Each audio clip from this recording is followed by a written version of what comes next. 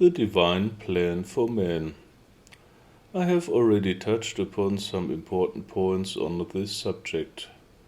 So it is very important for all human beings to understand their inner nature, their divine potential, and their foreseen natural plan for the unfoldment of that divine nature. We humans have the problem that we are not aware of these things. We only perceive that we live on earth and that one day we must die, and that's all. If we knew that we incarnate many times and each time grow in personality, in maturity, and that one day we will embody the divine nature, the conditions on earth would be different. Unfortunately, people lack this overview. To say it again, man is destined to grow and unfold like a beautiful flower. This great divine plan for human evolution is accompanied by further aspects. The intention behind these further aspects is to know the entire creation in all facets and at all levels of being. As Franz Bardon says, man is meant to live through, to experience all conceptions of God from the lowest to the highest. This includes the experience of the negative sides of life and the good sides of life, that is, the experience of duality. And it means experiencing the diversity of life. Life is not supposed to seem boring to man. Rather, it should be a great, challenging, and wonderful adventure.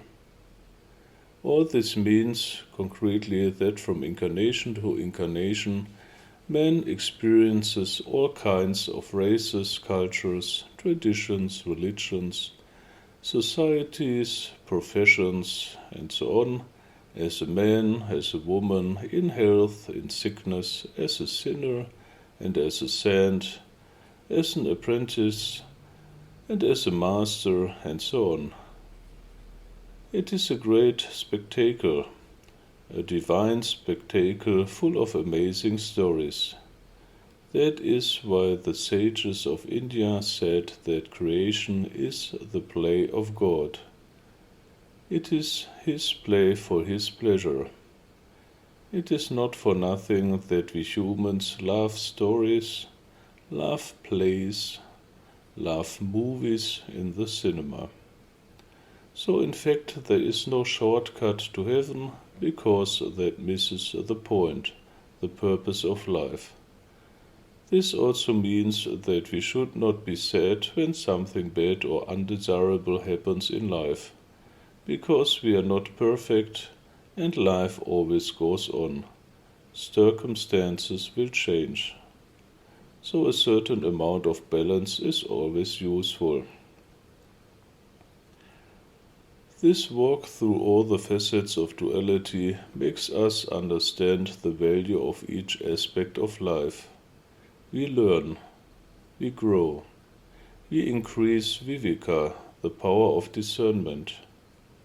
We learn to avoid evil and we learn to appreciate good. You can see that everything in life and in creation has a higher purpose. This brings us to the next topic. The earth, which we call the material plane, is the densest plane of existence in creation. Because of this high degree of density, everything requires effort. You cannot manifest ideas directly through desire or imagination. The laws of nature have a very restrictive, limiting effect.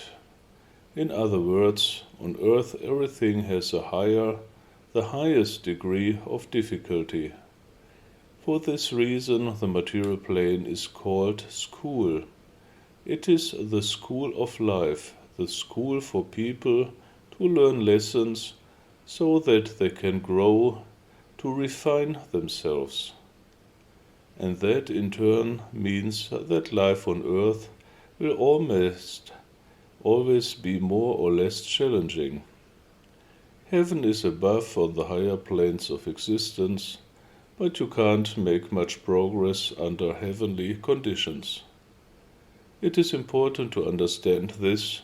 We simply cannot make Earth a place where nothing challenging is happening.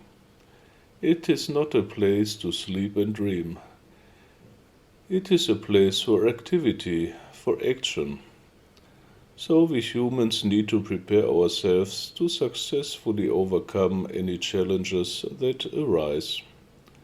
I know that there is a strong tendency among many people to abdicate their own responsibilities and delegate them, and also powers to the politicians.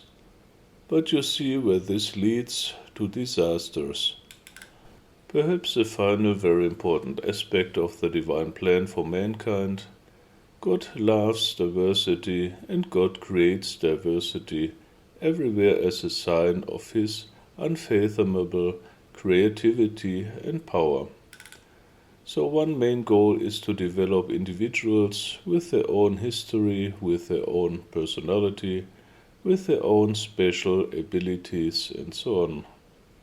We are simply not the same. We were never meant to be all the same. And even as God people, we will not be the same. Therefore, all actions and ideologies that have the goal of making people equal are nonsense. Indeed, they are downright satanic.